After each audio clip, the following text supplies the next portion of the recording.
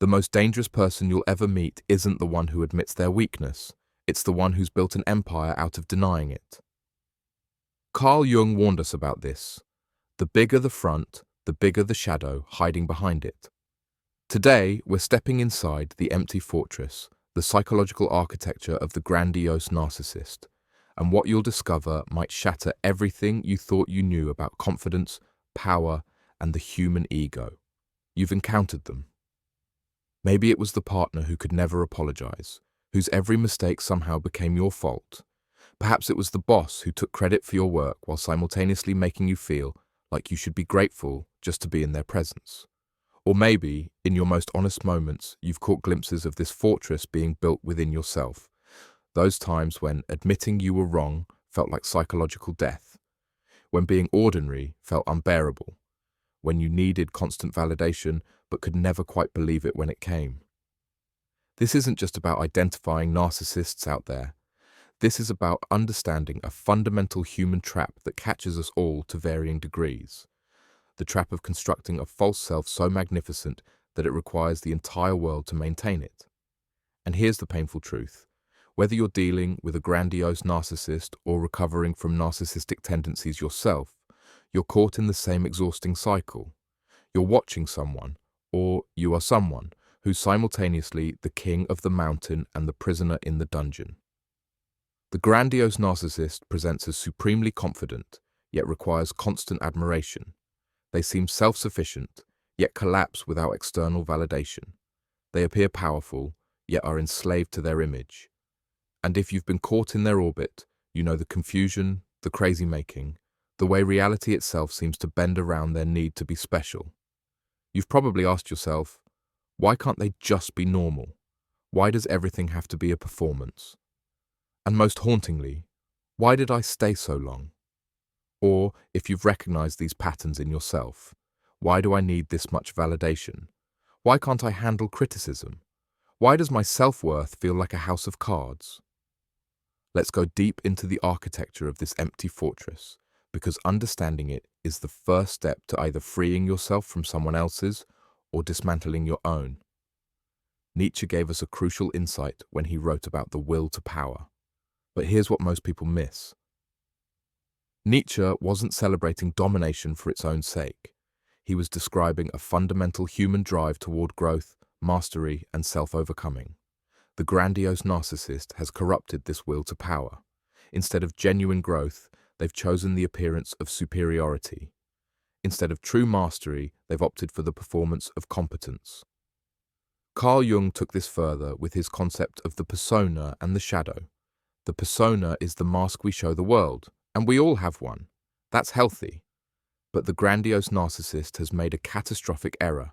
They've identified completely with their persona. They believe they are the mask.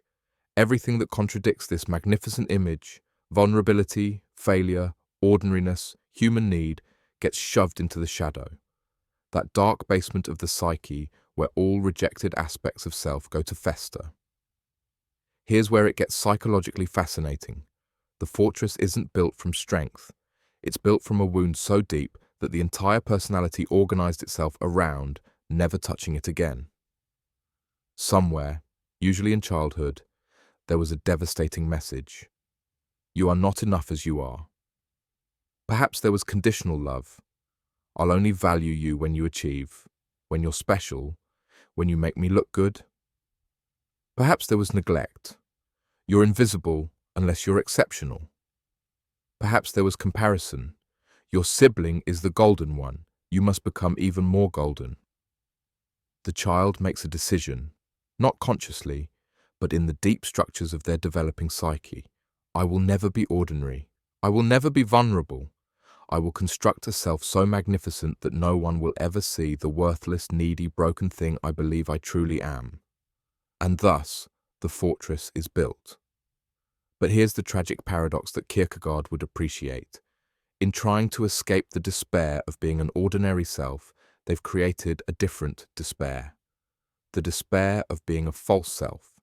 The fortress has no foundation. It's built entirely on external validation, on others' reactions, on maintaining an impossible image. This is why the grandiose narcissist cannot tolerate criticism. It's not just an insult, it's a threat to the entire structure.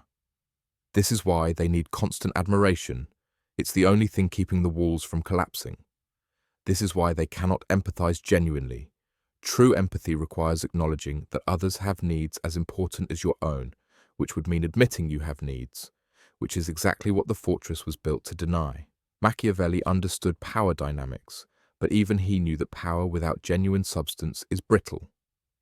The grandiose narcissist has Machiavellian strategies: manipulation, image management, strategic relationships. But without the grounded realism Machiavelli actually advocated.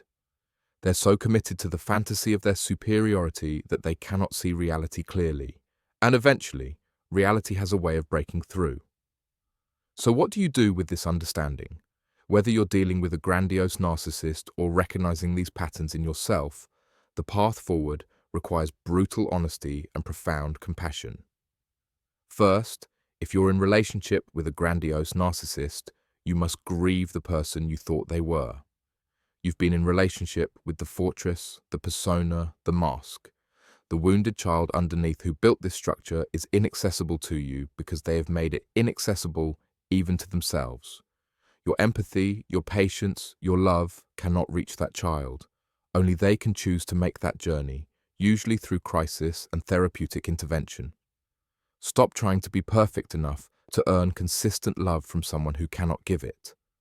Their lack isn't about your worthiness. Let that land deeply. Their incapacity is not evidence of your inadequacy.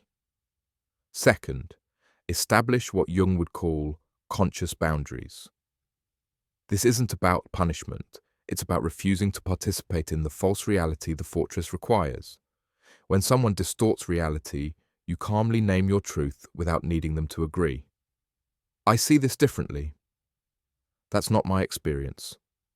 I'm not available for that. You're not arguing with the fortress. You're simply refusing to be its building material. Third, if you recognize these grandiose patterns in yourself, the work is different, but no less challenging. You must develop what Jung called the transcendent function, the capacity to hold opposing truths simultaneously. You can be both worthy and imperfect. You can be both valuable and ordinary. You can have both strengths and weaknesses. This isn't settling. This is becoming real. Start small. Practice saying, I don't know. Practice apologizing without justification. Practice receiving help without shame. These acts feel like death to the false self, but they're birth to your authentic self. Finally, cultivate what the existentialists called the courage to be. Not the courage to be special, superior, or exceptional. The courage to be ordinary, human, and real. Nietzsche's Übermensch wasn't about superiority over others. It was about mastery over yourself, specifically over your own need for external validation.